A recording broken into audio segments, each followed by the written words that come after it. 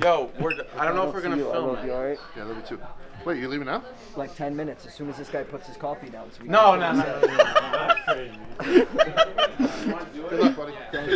Hey, everybody, welcome on back. It's Rubbin is Racing, presented to you by a brand new sponsor. That brand new sponsor is Coca-Cola. We are thrilled to now be part of the Coca-Cola family of podcasters.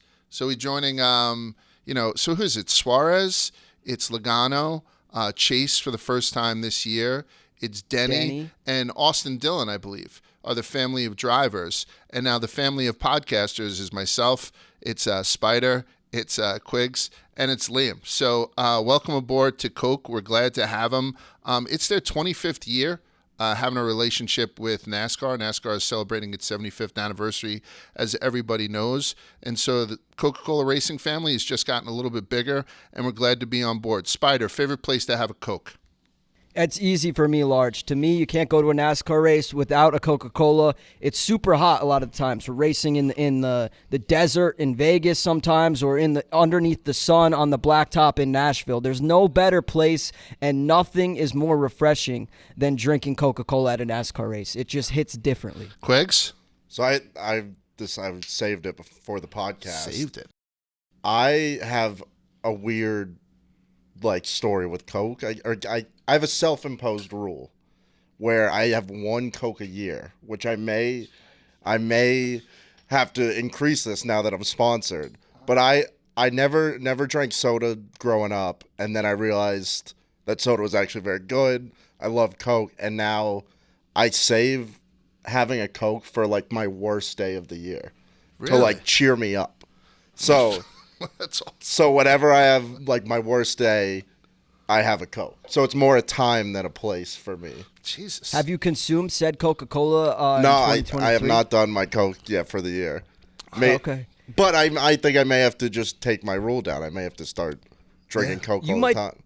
You should enjoy one every day, Quigs. That's what I try to do. Right. I may need to. Liam, what's yours? When I lived in the Bronx, I would take the 6 train up, and it's hot, sweaty. I would get off, and there was a bodega right by there. If I had $1 in my pocket, $1 ice cold Coke right when you get off the subway. Perfect. I just had one now at the beginning of the podcast, and it's damn good. But I can't see a movie unless I have an ice cold fountain Coke. Fountain Coke with popcorn, and believe me, popcorn is like shrapnel in my colon later on in the day. I know what I'm getting into. But buttery, salty popcorn and Coke. Either way, listen, Coke's going to be around with us for the rest of the year. We're going to do a bunch of trips with them. We'll be down at Roval. We'll be in Daytona. They're going to be with us in Nashville, in Chicago. So this is the beginning of what we hope is a great relationship. We really appreciate them coming on as a presenting sponsor. And that's it. Let's go. It's Rubbin is Racing.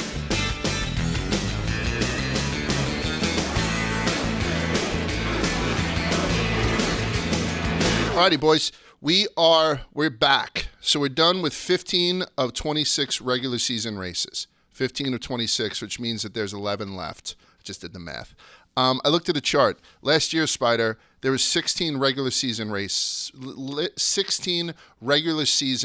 winners, right? Not including the playoffs. We got another 3 in the playoffs for a grand total of 19, which we hadn't seen that number 19 since 2001. So I know I'm throwing out a lot of numbers, but last year we had 16 regular season winners.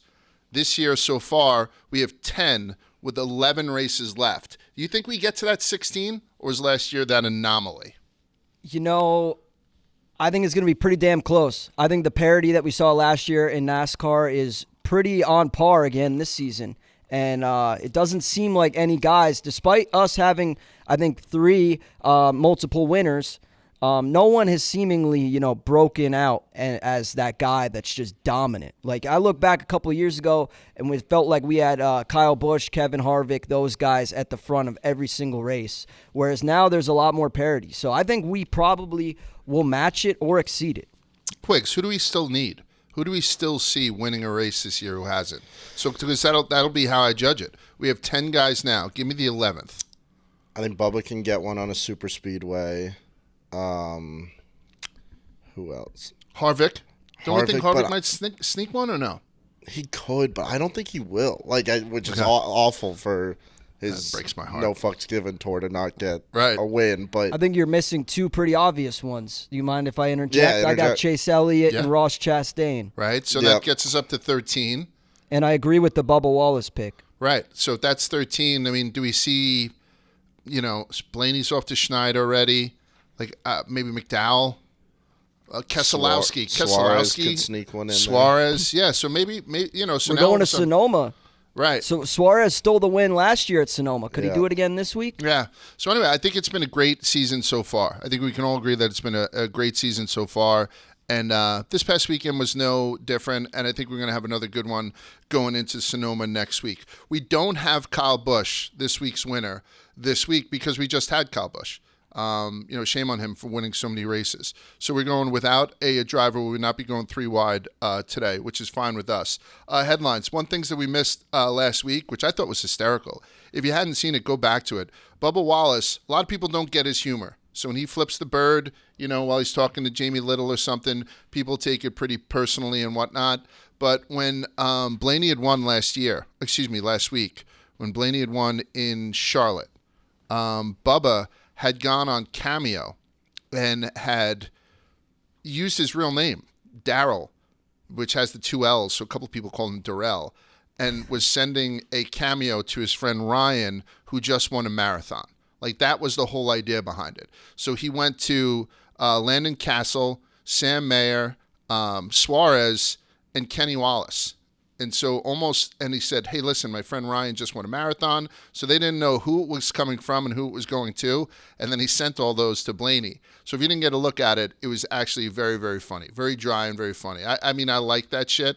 And I think we give Bubba enough guff on this podcast. So good on him for that. yeah, it's a great video. Yeah, absolutely. And for a guy who had a very, very unfortunate weekend, and we're going to get into these brake rotors in a little bit, 2311 got hit with it harder than just about anybody else. Secondly, Chase Briscoe. Chase Briscoe is screwed, unfortunately, right? The number 14 car was given a heavy, heavy set of fines for a counterfeit part. NASCAR docked him 120 regular season points, 25 playoff points. On top of that, his crew chief, John Klausmeyer, a 6-race suspension, and the league fined Stuart Haas $250,000. And he was having a decent season. Like, Chase was starting to put stuff together. He had 4 top 10 finishes, including 3 in the top 5. And this sets him back, way back. He was only 4 points below the cutoff, but this infraction drops him from 17th, right below the 16th cutoff, to 31st. Yeah. Which He has means- negative points, I think. Yeah. Which yeah. is, So now he needs to win a race. yeah. Yeah, he needs to win a race. And SHR is essentially, you got us, and they're not appealing the penalty. Like when the Louvre thing had happened with Hendrick earlier in the season, they appealed and had gotten brought down to a certain degree. SHR, and then Chase had gotten on himself and was like, "Yep, there was a mistake. They caught it, and we have to accept the penalty and move on and try and see if we could, save this season." How do you guys feel about this? Seems crazy to just have counterfeit parts. I don't know. The amount of inspections and how closely they look at these cars to think that you'd get away with something like that. I don't know. It seems crazy to try. I kind of respect it in a weird way because I think everyone, regardless of whether they'll admit it or not, is trying to gain an edge in NASCAR. And I think that's been the case for as long as I can remember.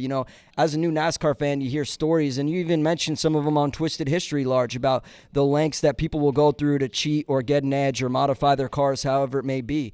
This is kind of an interesting circumstance where this happened because despite the counterfeit parts, it didn't really seem like Stuart Haas was getting an edge in the 14 car. The car was still performing kind of middle of the pack. I look at Chase Briscoe, and when he was dealing with the finger injury and his hand, and he was, fresh off surgery, he was wheeling that thing way better than what I had expected or given him credit for, or, had thought he was able to do. So for him to get caught up like this stinks. I think last year he had a home run of a season, and I think we both said it early on this season, Large. It was going to be very hard for Chase to replicate the season we saw from him last year.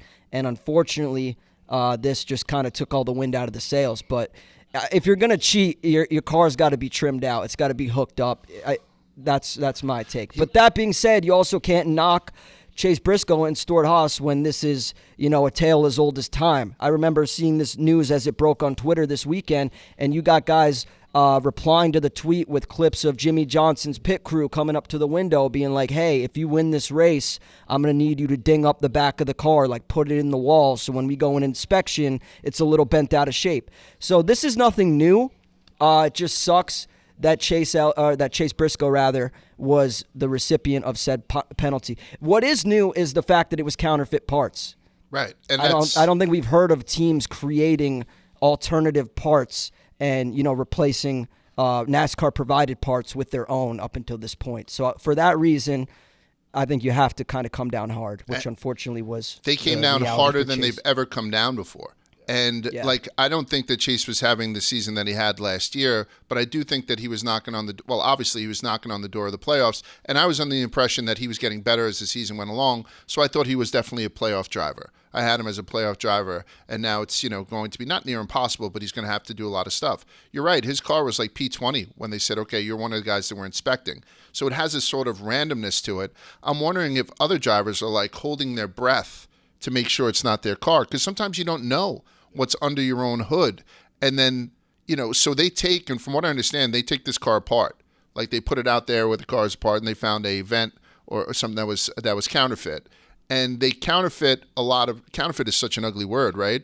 They probably, 3D print a lot of parts for some of their other cars that don't see a track. So perhaps it was just a quality control issue, or perhaps it was something that, if it was something that they did on purpose, they failed miserably because the car wasn't that good. My whole thing is so once they find this out, and again, they dissect the car to find this out, do they then go and say, we need all the rest of the Stuart Haas cars? Like, where are you going, Harvick? I mean, it probably takes a day for them to do it, so probably Harvick's already got his shit swapped out, the next day. But is Stuart Haas now on double secret probation because of what was in under Briscoe's hood? I assume so, right? Yeah.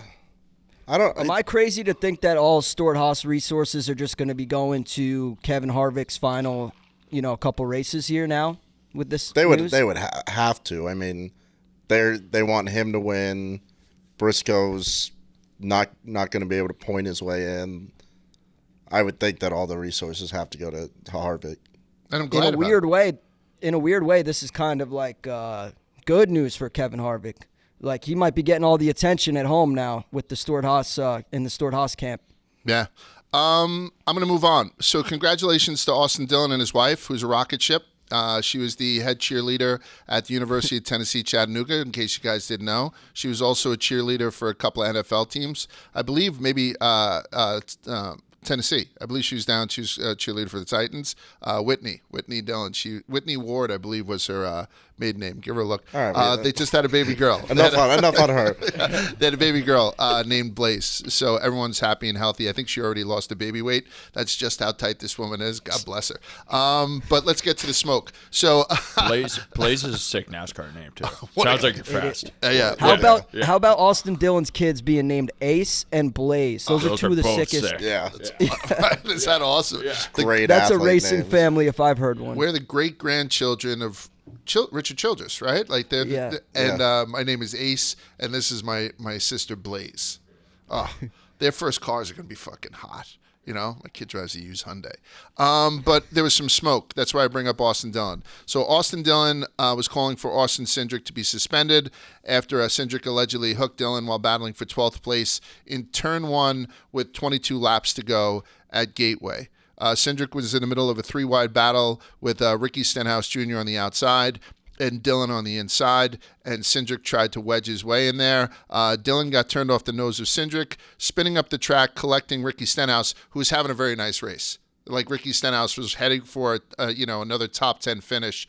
So two things, like, it seemed like Ricky Stenhouse had stopped Dillon from going into the wall, a la Denny Hamlin from the week before. And we heard how much Denny Hamlin was complaining about the neck pain and whatnot through, so perhaps he provided even more of a barrier. But Ricky Stenhouse then went to the garage. So all of a sudden, Austin Dillon is calling for Cindric's head. says it's the same exact thing. And Richard Childress comes out calling for Cindric's head. And by his head, I mean they wanted a one-race suspension that was similar to what was given to Bubba with Larson last year, and it was given to Chase Elliott with Denny Hamlin the week prior. And it winds up they didn't get it. And so NASCAR's Senior VP of Competition, Elton Sawyer, I'm going to read a quote. "We didn't see anything and haven't seen anything that would really rise to a level that would be a suspension or a penalty. It looks like hard racing. And we're going to have a conversation with the two Austins to make sure we're all in a good place as we move forward to Sonoma." So nothing's going to happen to Austin Cindric. And then Austin Cindric, once he had gotten this NASCAR decision and all the SMT data, he released a statement. "Did I make contact? Yes.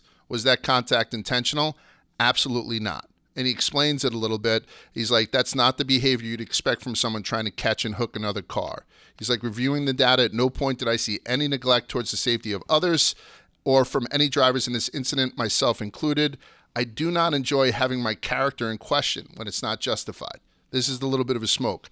I've reached out to Austin so the two of us can discuss our differences as professionals. Once I hear back from him, that can happen. What did you guys think?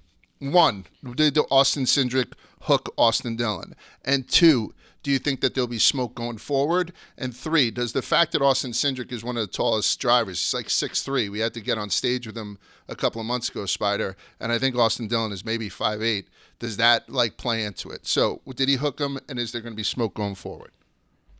So I'll start, and Go. the answer to the first question is inconclusive. I'm of the opinion that TV didn't do a great job of showing us what happened with this incident. I only really saw the aftermath on Twitter after the fact. So I would love for something middle of the pack racing or incidents like this to be captured and shown on a much greater level, especially when they become talking points after in the week following the race. So I would have loved to see more of it. That being said, I'm going to have to probably side with Cindric here and NASCAR. If they feel it wasn't a penalty, I'm going to have to agree. They're the ones looking at all the data. They have, a much better field of evidence to analyze whether this was intentional or not.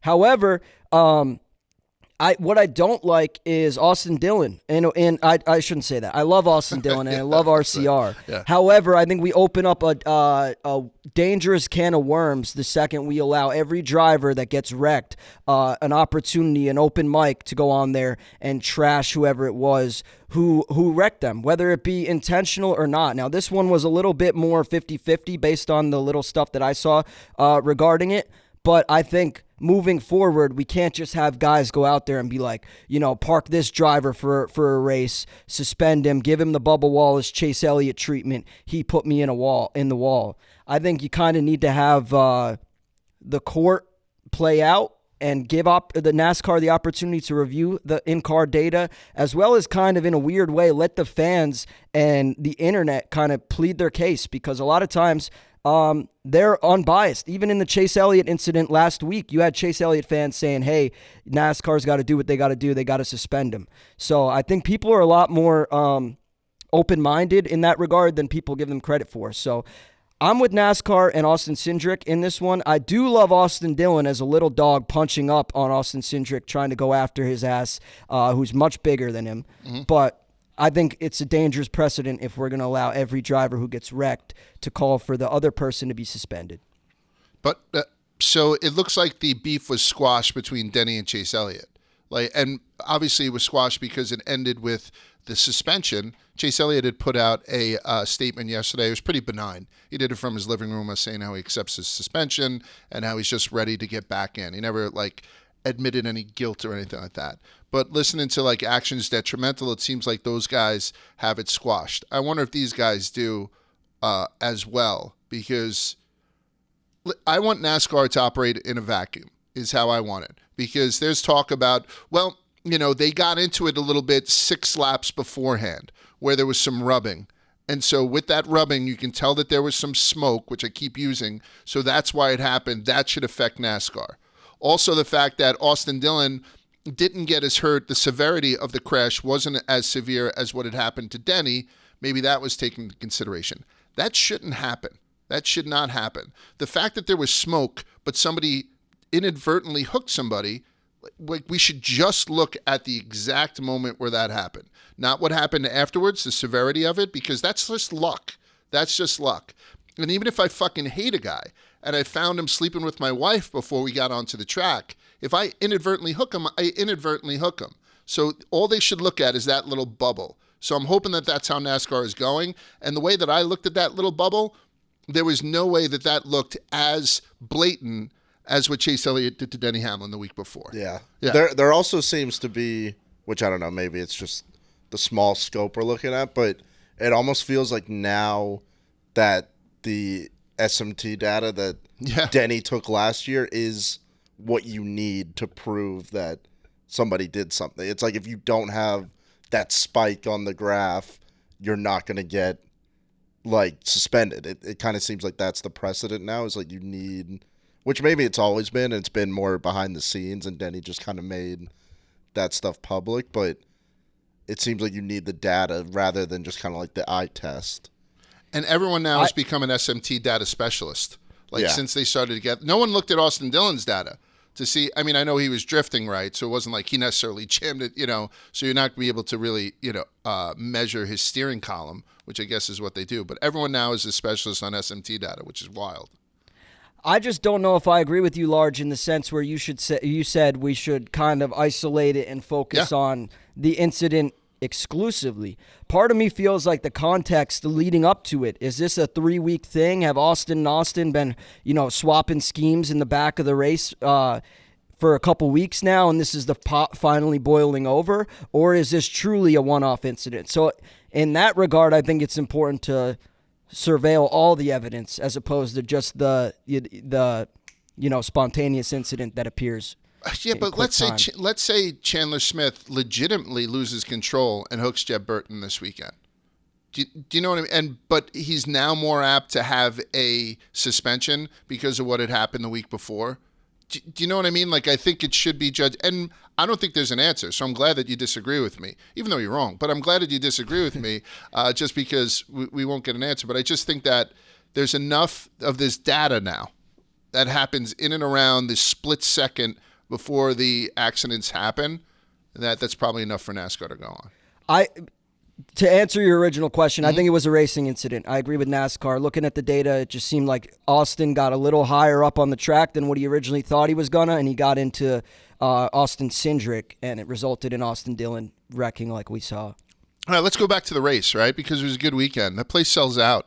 It was only a 300-mile race, but it was a 5.5-hour ordeal. And there wasn't one drop of rain. 5.5 hours for a 300-mile race. Temps were high. It broke 90 in the stands, and I saw that the track temperature right at the start was at 134. That's hot. As the race started, they had a couple of gauges inside the cars, and the cars started at like 107, 109 inside the cars themselves. So it was a hot day. But even so, sold-out crowd. I think part of the draw was Dierks Bentley was playing after the race, so a lot of people were hanging around for that. But so it looked like it was a pretty cool experience, and a place that I wouldn't mind going to see a race out in St. Louis. Before the race started, Rusty Wallace paced the field in the number 2 black Miller Genuine Draft Ford Midnight. Thing's sick. I don't know. Did we have that on our draft? That was me. Yeah, that was you. I got that in the second round. That was very cool to see.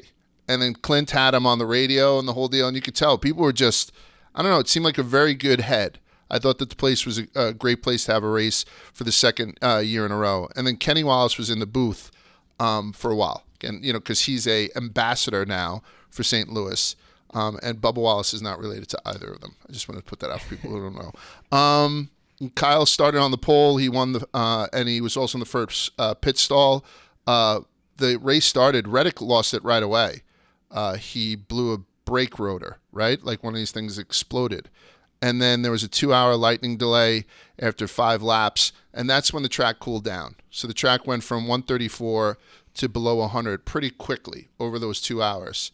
And the race went into just about sunset. So what was supposed to be a very hot, slick race turned into something different as the clouds kept cover and the race took place later and later in the day. Stage 1 was only 45 laps. Kyle Busch won. I was shocked to hear that was his first stage win of the season. I was shocked to hear that with 3 wins. But that's kind of been Kyle's season. Yeah. He's either winning or he's like P25. Yeah. Yeah. or just coming on late, kind of. I Yeah. also think that was his first pole win in a while as well. Yeah. And then Blaney wins stage 2. Just took 2 tires. A lot of talk about 2 tires, particularly with Larson's crew and whatnot. So it was a wild race to watch. The biggest problem wasn't Austin Cindric. It was brake rotors. And this is the first time that I'd seen it. And we all know that I'm pretty new to NASCAR. But I thought it was disgraceful. I just couldn't understand how 4 different cars had just random explosions. So the random explosions that took them out. Both of the 2311 Toyotas, 2 of the Chevys, one by Carson Hocevar and the other one by Noah Gragson. No Fords. No Fords had it happen to them just by coincidence.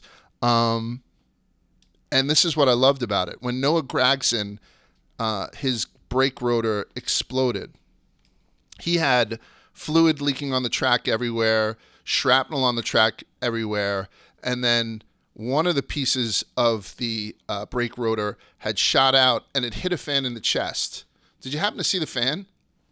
I did. This is crazy to me. Yeah, the guy was fucking bombed. I mean, he looked like one of those guys that you wouldn't mind, like, I don't know, hanging out with. And instead of being, and that's what's so great about NASCAR. If this happened at, I don't know, a Knick game, like something happened where a part of a sneaker came out and hit somebody in the chest, there would be a lawyer right there trying to get some dough for it. This guy goes up, shows it on social media. Hey, got hit by, and he's got like a hole in his chest. And Noah Gragson's like, I'm going to get you back. You know, he's like, I'm so sorry that happened. I'll make everything all right. I don't even know what that means, but that's awesome. Did you see that guy's reply to Noah's tweet saying that he was going to take care of him? He was basically like, I'm good, man. I got to see the race. That's all I needed. Something like that, which I just was perfect on brand answer. What does Noah do? Like, he's become... Wendy's. What's that? Hook him up Yeah, with Wendy's. Yeah. I saw a bunch of people saying, like, Noah's going to show up to that guy's house with, like, 10 Biggie bags. Yeah. Oh, that guy would love that. Yeah. And even though Noah's had a tough season, we've all talked about that, I've been so impressed how that kid has gone from having, like, a punky image in Xfinity, you know, like a bad boy image in Xfinity, to being up and being like a brand ambassador for Legacy, for Wendy's, and beyond. I think he does a very good job. And we've seen it live at a couple of races, particularly at Talladega. I mean, the kid, I don't know, I like this kid more and more. So I think he might do something that's going to be photogenic and impress us all. And that's what I like. One of the things I like about NASCAR. I don't mean to harp on my love affair with NASCAR, but another small thing that happened was Austin Dillon allegedly clipped somebody from Eric Jones's pit crew. In the pits. It wound up, it wasn't Austin Dillon who clipped them. They went back to the tape, but that's what the story was during the race. The pit crew guy had just gotten hurt. So one of Tyler Reddick's guys, since Tyler was out with the blown brake rotor, just came down and filled in the McDonald's uniform, you know, not in like in a Legacy uniform for it. And that doesn't happen either. Like, that doesn't happen in other sports. And so I think that with those two things, a drunk fan gets hit with shrapnel, and he's like, no, just buy me some Wendy's. And then some other guy goes down, so a guy who knows that he has the rest of the day off goes in and works in a high-pressure job for Eric Jones. So good on NASCAR, good on the culture. That's what I'm saying. Nothing like it. There's nothing like it in the world. So the 14, unfortunately, also caught some shrapnel from a blown rotor, so he eventually didn't finish the race. Just the bad news keeps pouring in for Chase Briscoe. These brake rotor issues are believed to have occurred due to the characteristics of Gateway. It's a 1 1/4 mile oval. It has long straights combined with a hard braking zone. So there was a heating and a cooling cycle which fractures the brakes, causing them to explode. Everyone was explaining the physics. It does, but it's still... Expand, contract, like, you know, it keeps changing in size as you get on and off the brakes. What doesn't make sense to me is why this was so much more of a storyline this year, when last year watching the race here, I want to say it happened maybe once or twice, but not to the extent that we saw on Sunday. We parked 7 cars for this race. 7 cars didn't finish. 5 of those were directly or indirectly from brake rotors. I don't know if that's a record or whatever. It's got to be. It's got to be, right? Hocevar, Reddick, Bubba, Gragson, and then eventually Chase Briscoe. And then the other 2 So cars. I got a question for you. Go. For you guys. Given that you know, the track was kind of at fault for causing these brake issues, and I know NASCAR said that the track wasn't at fault for the internet and broadcast problems and technical difficulties they had, but given all these things kind of parlayed, do you think that NASCAR is considering keeping this track on the schedule long term? We've just ran 2 races there this year and last with the new next-gen car, but we've seen, broadcast interruptions. We've seen fans get hit with projectiles. Like, at what point did they say, you know what, the juice isn't worth the squeeze on Gateway, on Worldwide Technology Raceway? Am I reaching, or do you guys think that's a real conversation that might be being had at some point? I think that's real. I think the thing that makes it tough for them to be like, hey, we don't want to do this track anymore, it's they've sold out every year they've ran it. So if that's you have a thing. place that's going to sell out, that's not just like a gimme for NASCAR anymore. But they also probably don't want to kill a fan with a brake rotor eventually. So they're probably weighing that a little bit.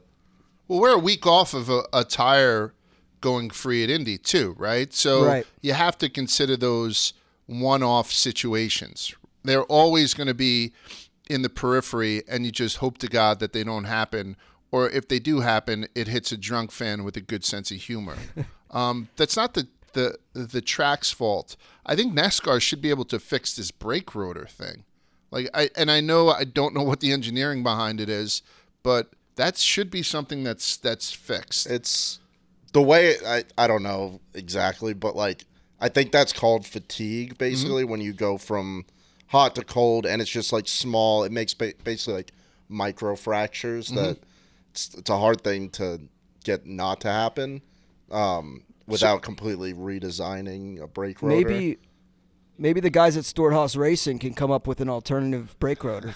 Right. Yeah, with make no some serial counterfeit numbers. ones. Yeah, but or they just switch the timing of this. If it's because of this race being run at this temp that causes this to happen, which is dangerous for fans and terrible for people watching at home, maybe they just run it earlier in the season or later in the season to kind of try and prevent it weather-wise.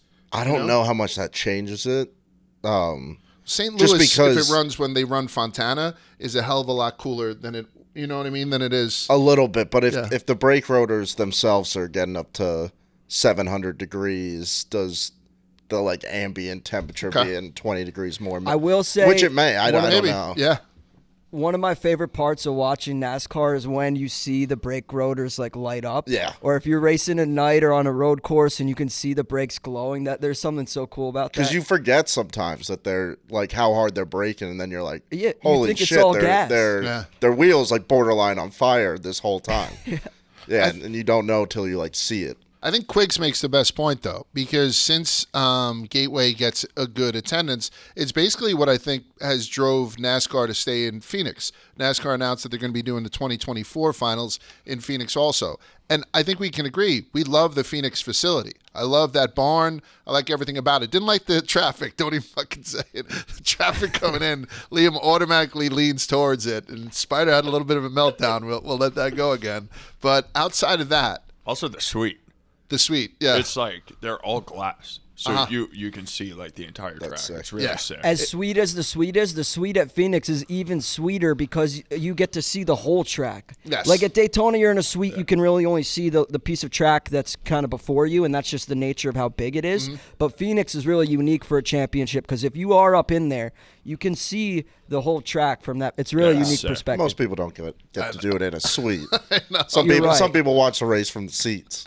I can Not tell you like though, you guys. no matter where you're sitting though, inside of Phoenix, Quiggs, I will tell you that when you're looking at the track and in the background you have that mountain range, it's pretty cool. Yeah, even and as those you're cactuses. you're approaching it from one side, so you're approaching it from the desert, going towards the mountains. But again, I don't think the racing is that great at Phoenix. I don't think it's an ideal place, if you want an exciting race. But they always sell out. Yeah, and it's a beautiful track. So it has the makings for a good race. The past few haven't been there, but the way they can just fan out on the restarts, the low downforce, dog leg. It can have very good races. It just some of them haven't been lately. But it's also the ideal place to have it in November. Yeah, so absolutely. that and the weather. Even though you can say, hey, anything below whatever Mason-Dixon line Miami is. would be sweet. I'd like to see it go back to Homestead. Do you want to see it bounce around, or do you think it should have a home? I don't know if it should bounce around, but I do think it should change more. Yeah. Actually, I guess I should bounce around. Well, no, that's a legitimate question. I mean, I know it's asked for the Super Bowl all the time. Like, does the Super Bowl get maybe 3 venues? So it goes between Vegas, New Orleans, and someplace in Florida, and that's it. So you don't have to finally get your bucket list wish to go to a Super Bowl, and it winds up in the Meadowlands. You know, that's what I was going to say. I feel like it's like Houston and New Orleans like half the time for the Super Bowl, right? Even like when it does go around. I think it needs to bounce around a little bit, just because if you're gonna do it at one location, it needs to be something like iconic. But I don't know. It's like you don't want to do it at a super speedway because that's not really gonna give variable. you the like best racer all the time. Don't want to do it at a road course. You don't want to do it at a road course because that's such a like niche race. Doing it at like a Bristol is tough because it's just. You got to be a short track guy. Right. You really need to bounce it around and kind of go either like the like maybe Charlotte would be a cool place if they did it like as a permanent spot. But even that, I don't know. I think it needs to bounce around. Like you have to have different style tracks, so you're not just putting it on a plate for somebody who can dominate at a single track. All right, let's get back to the race then. Right. So it's going to be there, I believe, next year. Right? Is St. Louis on the schedule for 2024? I think so. Is the schedule out? So. Yeah, I mean, at least it's in consideration. I think they're going to be. I mean, you don't just take a sold out track off the. Yeah, it seems like everything that I'm team. They're going to be running it back. Fix the despite internet. How critical. Fix the internet. Like that's something that's extremely fixable. I'm saying fix the brake pads, and you're like, Lodge, it's not that easy. Fixing the internet. Even though we can't get it done in this fucking office. But fix the internet at Gateway is first and foremost.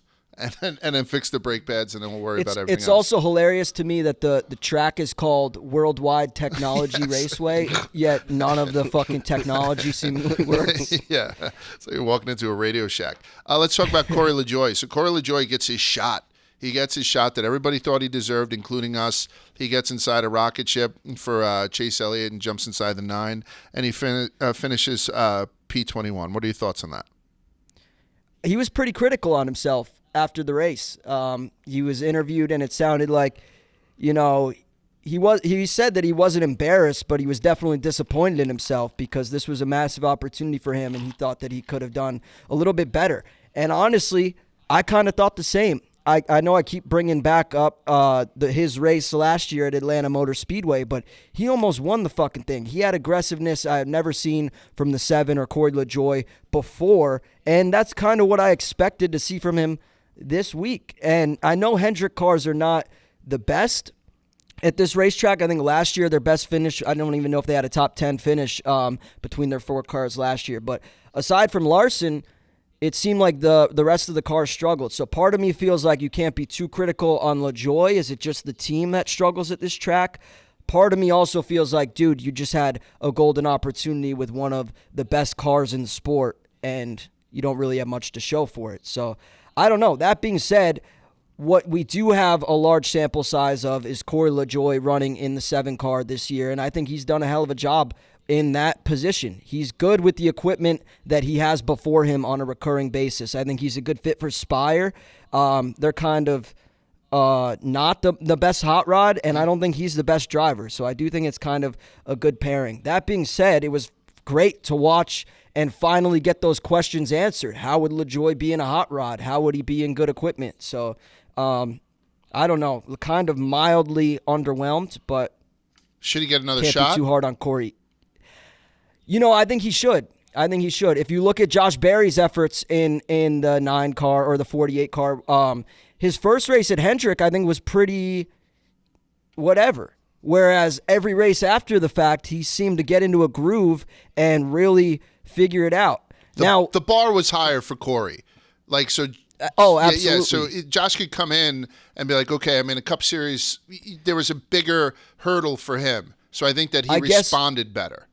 My takeaway, if you look at all the guys, Josh Berry and even Carson Hocevar, those are 2 guys that drove better than Corey in their respective opportunities. And the difference between Josh Berry and Carson Hocevar is those guys have had 0 next-gen Cup car lap time experience, race. You know what I mean? Those guys are Xfinity drivers or a truck driver, Carson Hocevar. So to me, out of the 3 kind of auditions we saw, LaJoie would probably be the 3rd. But that being said, tough circumstances. You think Berry? So Josh Berry, one of the reasons he wasn't racing for Chase was because he raced Xfinity out in Portland. They had the road course race out there. Shout out Cole Custer with the win. But you think Josh Berry then? And by the way, that's a hell of a hump for these Xfinity guys. These guys aren't as well, particularly some of the secondary and tertiary teams. They aren't as well funded as some of the Cup Series teams. They raced Monday night in Charlotte, right, Yeah. with the delays, and then they had to get their haulers out to Portland for It's a this. long trip. I think there were a couple of them like just made it around race time and stuff. So shout out to those guys. But do you think like Josh Berry, when he had seen how Corey LaJoie had performed, that he was just pumped? He was like, "Oh man, I'm glad he shit the bed." Probably a little bit. Yeah, but it's gotta. yeah, I don't know. What do you think Chase's take was watching that race? Like, fuck, this dude's doing a disservice to the 9 car right now? Or do you think he's like, it is hard. It is a hard job. I'm glad someone else is, subject to the same struggles I am. He hit the wall in qualifying. Yeah. Yeah, right. So Twice, I think on both ends. yeah, so I don't know, and I'm sure, like you said, he's been hard enough on himself. I personally hope he gets another opportunity. I do That's your too. point. One race is tough to judge it off. Yeah, particularly at that track. Yeah. So I really do hope that he gets an opportunity because I think he's a much better driver than what his results were on Sunday. Yeah, I'm a Corey LaJoie simp a little bit. But a guy who had a really good Sunday was Rowdy. Kyle Busch gets his 3rd win. I loved watching his wife up in the stand. I'm not getting bonked for this.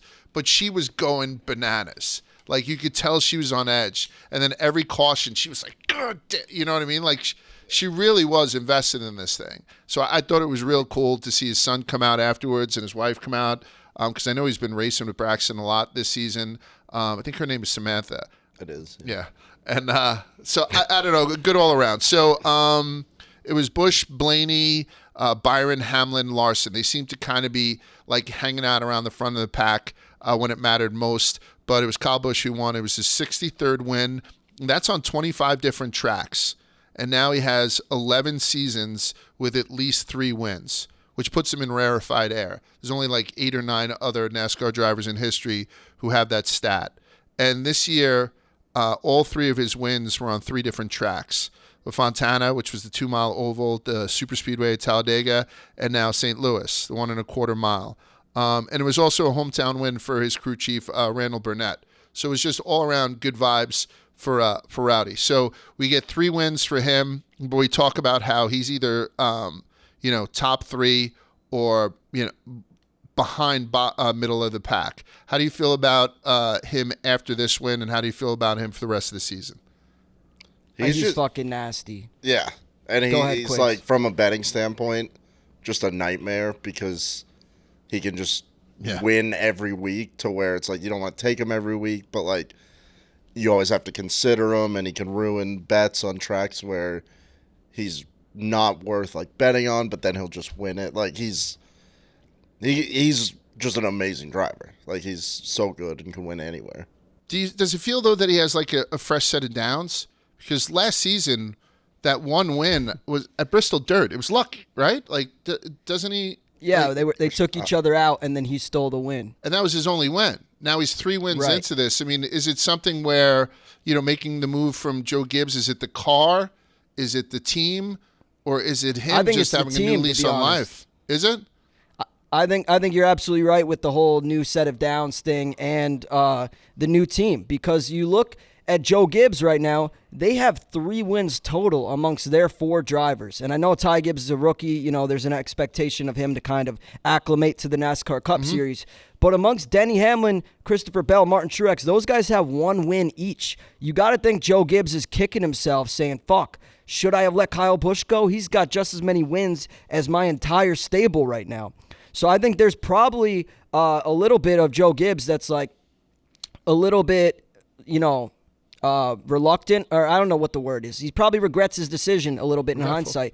But at the same time, Kyle Busch, is absolutely, in my opinion, he's right up there with Kyle Larson and William Byron in terms of the guys that you need to be a lookout for. And he's probably at the top of the list of championship competitors right now. He's got 3 wins. Like you said, they're all on different styles of track. He's proven that he can do it kind of anywhere. And I don't know, for him to have this much success this early on with a new team, I think he's very much almost, dare I say, still in his prime. Like, Kyle Busch is going to be around for a long time, keep doing his thing. And I think the move to RCR only is proof of that, and hopefully he can be a lasting force here. So it's chalky to make your final 4 right now, but it's got to be Byron, Larson, Busch. Who's the 4th? I don't think there is like a solid 4th. Is it okay? I don't know. I would probably add Tyler Reddick. No. Give me a Toyota in there. I think you could. You I say think you no? can argue for it. I mean, I don't was thinking know. Hamlin. Like I I get the kind of feeling was that Hamlin's too, gonna- but especially the way he was P2, the way that he raced this weekend was, again, like, it looks like Denny's back, right? He broke that losing streak, and I don't think he's going to perform well probably at Sonoma, but I think he slides in to 4. but has Hamlin had a better year than Logano? And I don't even think Logano's I don't know. Has Logano had a better year than Truex? I don't know. Like, that's I don't know, the fourth slot is such a rotating. Right. I don't think there's a wrong answer, Yeah. As of right now.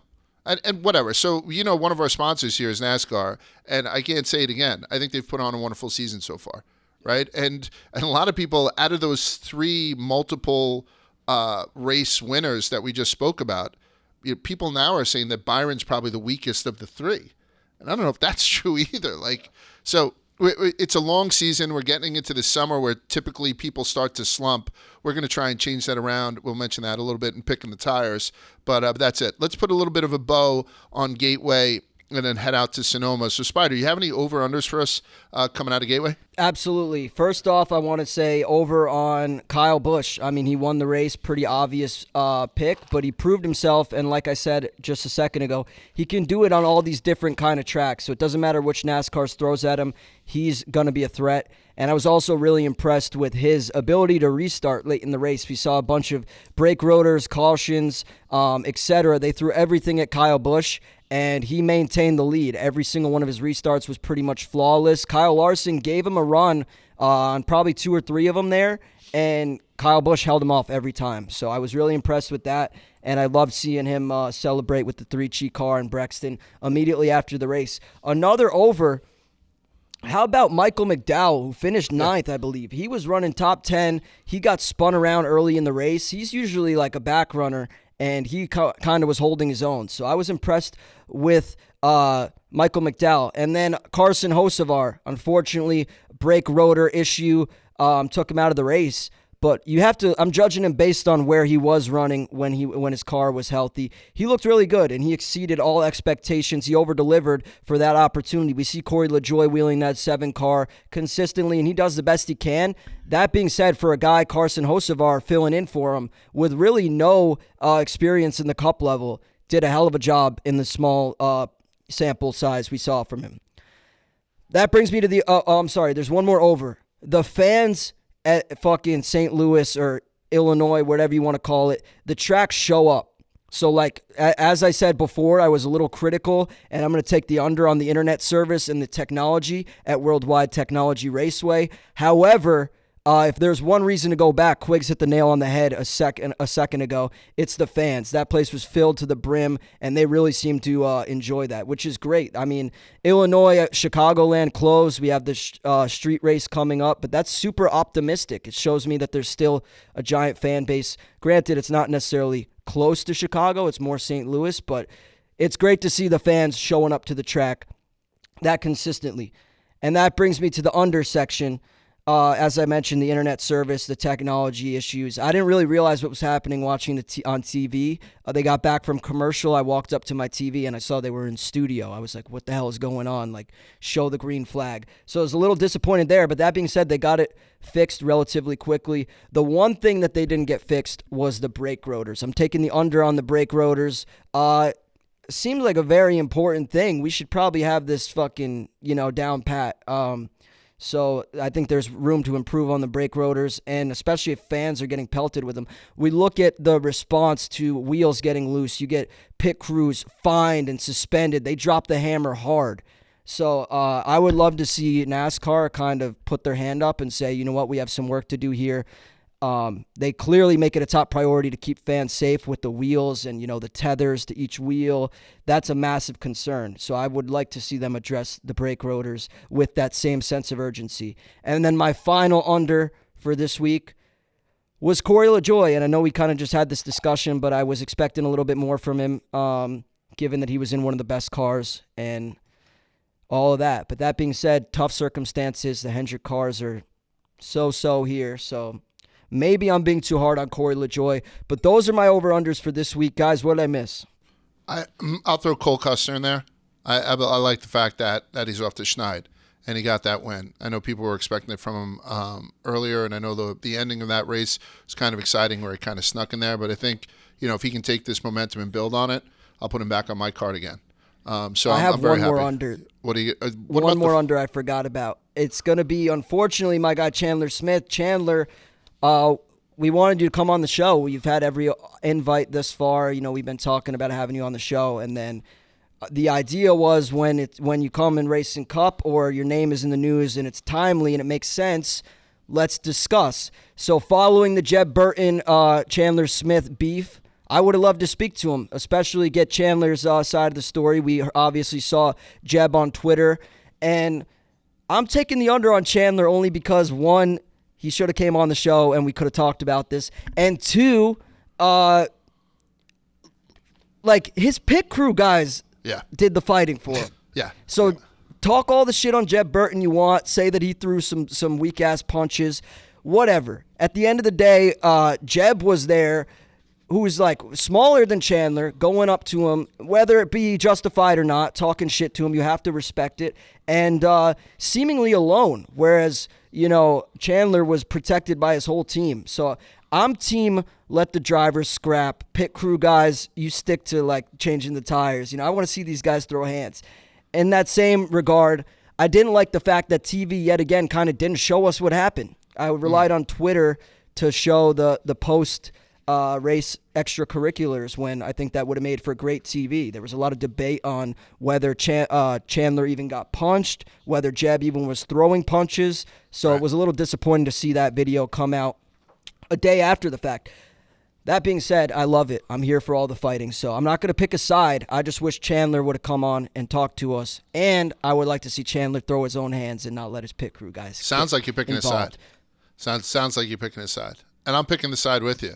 Chandler won the social media game afterwards because he put out a pretty hilarious thing with the Curb Your Enthusiasm theme going on in the background, saying how nobody broke his nose, even though Jeb Burton said he was going to break his nose. When you're being held back by a pit crew, you're not getting off clean shots, right? They turn into, and I think maybe you're correct. The pit crews shouldn't be getting involved in this because then it turns into pit crew versus pit crew and becomes a melee. You need to rely on that. No one wants to see that. Yeah, you need to rely on that. I want to see the drivers. The one black security guard who seems to be around for everything. I don't. He probably wasn't out in Portland, but I just need that guy breaking stuff up. Once the pit crew gets in and starts throwing people in chokeholds, I think that it becomes not a cowardly thing. I understand these guys are protecting their drivers like anyone would protect a quarterback, but to your point, Right. I think they should have. Even though Chandler won the social media thing afterwards, right? That was a great little clip. I'm Team Jeb. I'm Team Jeb in this. So all these guys have great. They have great. As much as we commend their pit crews or even are critical of them at times like these, one person we have to show love for is the great social teams. I mean, we started the episode talking about Bubba with the cameos, and then Chandler Smith with a 10 out of 10 reply here. So yeah, these guys do a great job about branding themselves and marketing themselves. Rubbin on is social media. racing. Rubbin is racing. That was going to be my one over, was the behind the scenes guys for those two things, and then which you under the broadcast. But I thought that whole the finding the phone thing. Where Waltrip lost his phone, and they just went through all the footage and found where it fell out and got the safety car to come get it and deliver it to him. I thought that was very cool. The fact he had a purple iPhone is hilarious. Yeah, I'm enjoying it. I think who you call it? our guy, Clint. I think he's been doing a good job past couple of weeks. I agree, and I know people have been super hard on the Fox booth, but I'm kind of a little bit sad that their time is. They only have one race left, I think, before they make the switch. So Yeah, I think they did a great job. So we won't have an episode next week, right? Because NASCAR is not running on Father's Day. Is that correct? We won't, after but I think Sonoma. Yeah. we're going to have a vlog drop, so make sure you guys are on the lookout for that. Make sure you're subscribed to our YouTube page. If you're listening to us via podcast app right now, go on YouTube, subscribe to Rubbin is Racing, and stay tuned for next week. We got a great vlog coming. It's the Lost Files. The Lost Files of Talladega, which is going to be great. Yes, we'll try to get a bunch of stuff up, but there will be no after Sonoma the following week. There'll be nothing on no races the following week on the Cup Series. I'll get into a little twisted history. By the way, I've loved going through the history of NASCAR this season is one of my favorite things. I've loved doing this, and I do a history podcast, which is a pretty heavy lift for me. But doing this on the side, man, the more I learn about this sport, the more that I love it. So I'm sitting there watching all these brake rotors explode. So 7 cars didn't finish, 5 because of brake rotors, like I had said. I was trying to find something similar in NASCAR's history to what had happened this weekend. I kind of thought it was an abomination, and I think I found it. This was not an abomination when you look at some of the historical races. So the 1965 Southern 500 at Darlington was one of the wildest races in NASCAR history, hands down. I don't expect you guys to remember it, right? 1965. No. Imagine if Quick's like, oh yeah, that was awesome. Yeah, it's classic. I drink a Coke to it once a year.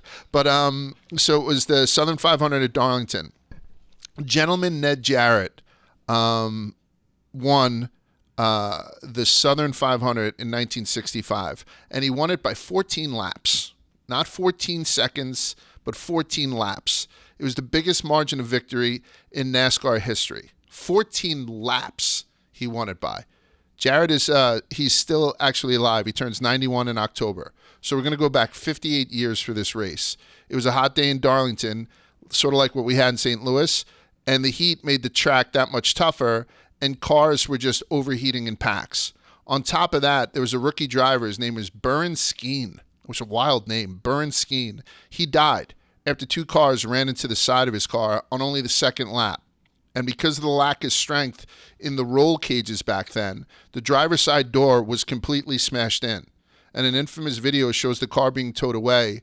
The driver's seat was moved completely to the other side of the car, and the steering wheel was poking out the window. Jeez. I put it in there. It's pretty harrowing to look at what happened to that car. I would have to think a car you buy from a delership nowadays is significantly more safer than a race car back then. 100%.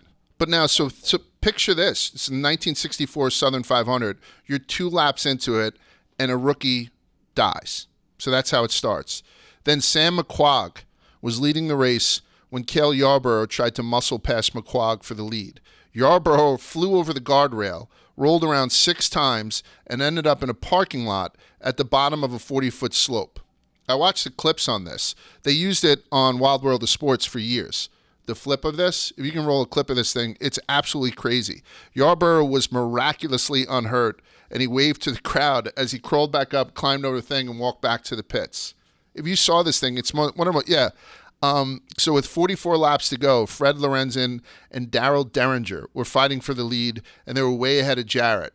Lorenzen's motor just died, and even before he could get into the pits, Derringer's motor started smoking too. So Derringer continued at a slower pace to finish 3rd. By the race's end, 29 out of the 44 starters had parked. So only 15 cars finished. And the pole sitter, Junior Johnson, he went out after the first lap and finished last. We spoke about Junior Johnson. That's the guy who Ronald Reagan had pardoned for the moonshining thing. So he was like, and he's part of North Wilkesboro, like the stands, I believe, are named after him. So Jarrett, this guy, just moved along in his Ford, avoiding accidents and protecting his equipment. So he won by 14 laps and 2 car lengths. So you know what that transfers to? 19 and a quarter miles is what he'd won by. So normally we say a guy won by 4 seconds. Oh my God, what a rocket ship. This guy won by 19 miles. The margin of victory set a NASCAR record. No one has approached it since, and I'm saying that no one is ever going to approach that Southern 500 in 1965. That's a little bit of twisted history. All right, so we have Gateway behind us. We have history behind us. Congratulations to Kyle Busch. Congratulations to Cole Custer. We're going to move on to Sonoma. So we're going to preview Sonoma, and this is brought to you by NASCAR. NASCAR, as a sponsor, has been extremely good to us, and we're going to be going on the road pretty soon. We're going to be at Nashville with NASCAR. We're going to be in Chicago with NASCAR. We're going to be at Roval. We're going to be probably in Phoenix and Kansas. So we have a bunch of trips still on the docket. And the Chicago street race is probably the sexiest of them all, and I can't wait to see what the hell happens with that. But this week, we're going back to California. We're not going to be there, but it was my favorite trip that we ever did, but that's because I'm such a wino. There's going to be 8 drivers doing double duty in Sonoma, which is a lot, right? And Harvick and Cindric will be in the booth on Saturday. I like that. Yeah, I think that'll be kind of a cool thing, especially after what happened with Cindric this week. But more importantly, the Toyota Save More 350 is going to be on Sunday. Sonoma is a 2-mile road course, 12 turns, seating capacity for 47,000 fans. If you're going to watch this race live, be ready to do some walking. There's a lot of walking at this place. Clean race last year, only 4 cautions, with Suarez returning champ after becoming the first Mexican to win a Cup Series race.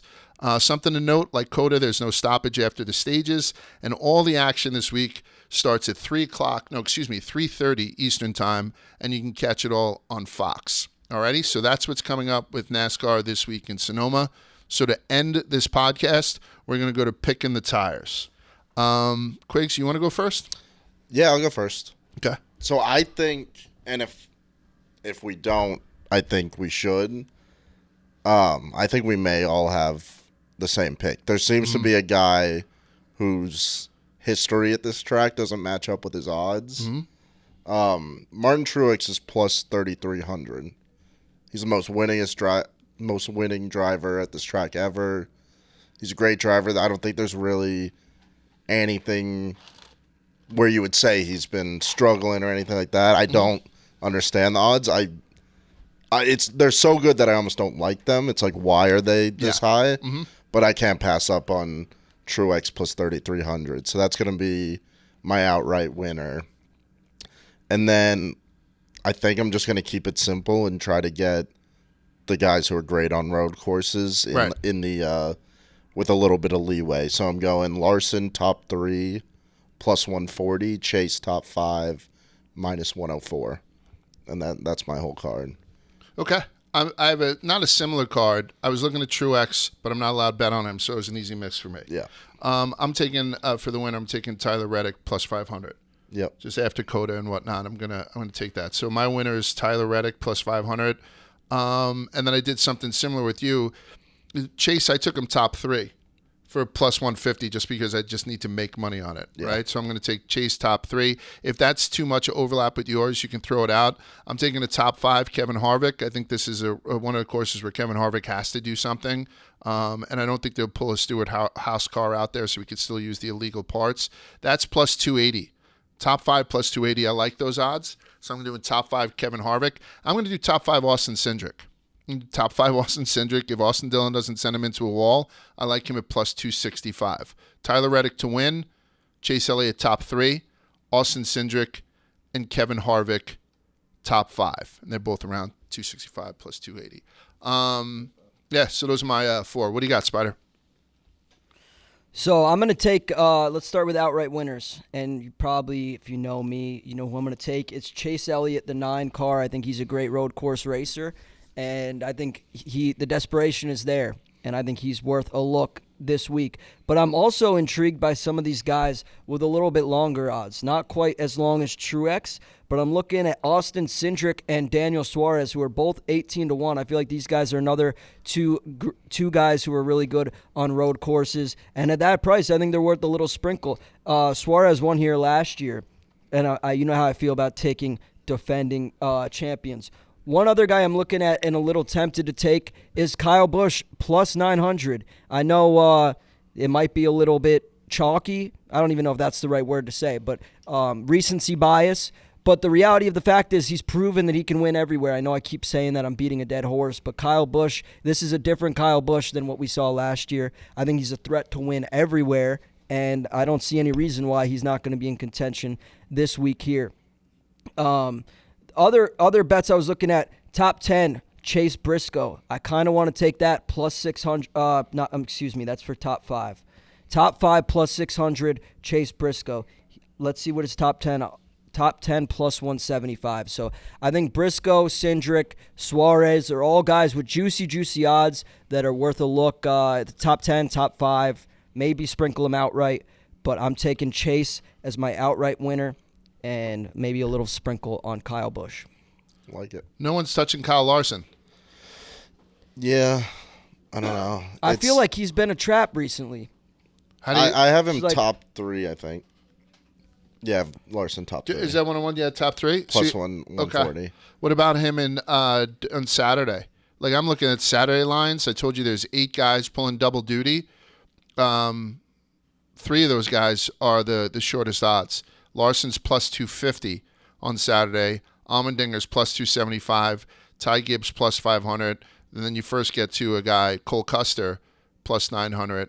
And then it's Creed, Suarez, Allgaier, Ross Chastain. I mean, that's a cool race to watch, too. That It's is. going to start at It's 8 o'clock, on Saturday. And these guys are all going to have a little bit of a feel for the track, after riding it on Saturday. It's almost like the cheat codes.